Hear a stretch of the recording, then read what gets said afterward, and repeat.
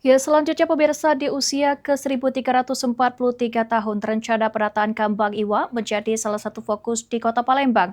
Wali Kota Palembang targetkan realisasi pengerjaan dapat dimulai pada Juli 2026 atau segera selesai setelah detail engineering design rampung. Rencana penataan kawasan Kambang Iwa yang menjadi ikon Kota Palembang terus dikebut. Wali Kota Palembang Ratu Dewa mengatakan, dari paparan yang sudah dilakukan, beberapa hal perlu direvisi untuk penataan Kambang Iwa. Lantaran penataan yang dilakukan harus menemukan kearifan lokal Kota Palembang sebagai kota tertua di Indonesia. Dalam penataan di Kambang Iwa akan ada penambahan jembatan dengan konsep perahu bidar dan air mancur menari, agar lebih menampilkan konten lokal Palembang.